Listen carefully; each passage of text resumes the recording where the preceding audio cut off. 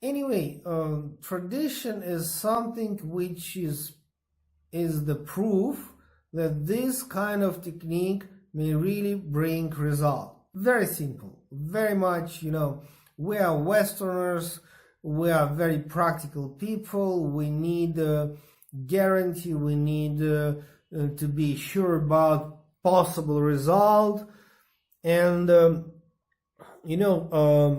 possible result means if tradition is really ancient, then we can speak about. And according to our Kriya Yoga branch, let us say, we never worship to the personality of the master. For example, I'm not going to say that people have to worship to me, and I'm always saying, yeah, I can be friend, but no need to create icon. And also, even my guru Yogi Ramek was very angry when somebody just was trying to worship to his picture, because it's not the point to worship to the personality, but we have to respect tradition, we have to respect school, but better to avoid worship to personalities. Unfortunately, again, it's my choice to say unfortunately, maybe for somebody it's really sweet, but for me it's unfortunate that meditation traditions now they create not too much meditation, but more like worship to gurus. And I may understand if you worship to Jesus Christ, to Krishna, to Buddha Shakyamuni or Sai Baba, but to worship to just human beings, it's not the point. It's good to respect. It's a subtle difference if we respect or if we just worship. If we worship, well, sometimes people call it bhakti yoga, yoga of devotion. It's a complete confusion, because yoga of devotion, it means you have devotion to God, not to the guy. The guy who is your guru, he may give you wonderful lecture, philosophy, techniques, but Bible and Vedas and Quran and Torah, they all very clear about we have to worship and to express our devotion to God only. That's very much yogic approach which we see in the Christian Bible. Worship to God only. Absolutely yogic approach. Yes, we have to respect, for example, prophets. We have to respect, even priests and rabbis, and that's okay, but we don't need to worship to them. But what's happened now, that quite many Indian gurus, they try, to make people to worship to them. And now we have also some Western gurus who are trying to copy, to be kind of replica of this strange, funny approach.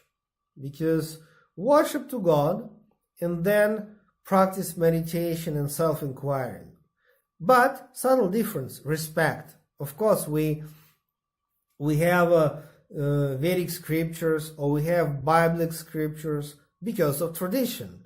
We have Kriya Yoga meditation or Vipassana meditation because of tradition, because of different schools. And just before we started this satsang, we discussed briefly that sometimes people created their own meditation traditions, their own new age kind of meditation, and they use ancient names. And that's not really nice, because if it is Kriya Yoga, it must be traditional Kriya Yoga, which came from proper roots. If some great modern gurus they're trying to invent their own types of meditation and then they call it Kriya Yoga, then it's confusion for the people. And let us be clear that most of the people don't care. They say, okay, great, famous guru. If he is famous, means the best, which is not obvious. And if he is teaching Kriya Yoga, means, oh, that's the one. I mean, if it doesn't matter for you guys, means eat whatever they give it to you. But if you want deeper knowledge, then you have to inquire. You have to, to spend time and to understand what does it mean traditions of Kriya Yoga, what does it mean real roots of Kriya Yoga. I mean Mahadar Babaji, Gorakhnath, all that great mystics, and the same, like, some new age gurus, which are wonderful. But I mean, much better if that people will create their own techniques and choose their own names, because if they use traditional names, then they create confusion. And but anyway, as I already told you, that's much better to practice primitive and slightly improper meditation than go to the pub and take beer. I mean, if this choice, then better to practice any kind of meditation. Just it's better than to watch TV all day. Better meditation, even if it is not some traditional real one. But if you want to go deeper into that, then of course it's like it's like about any kind of knowledge. Like last time we spoke about, I mean, if you wish to be a lawyer, a medical doctor, or scientist of any kind, okay, you have to inquire which university is the best, which college is the best, which books may help you more, which professor is the best.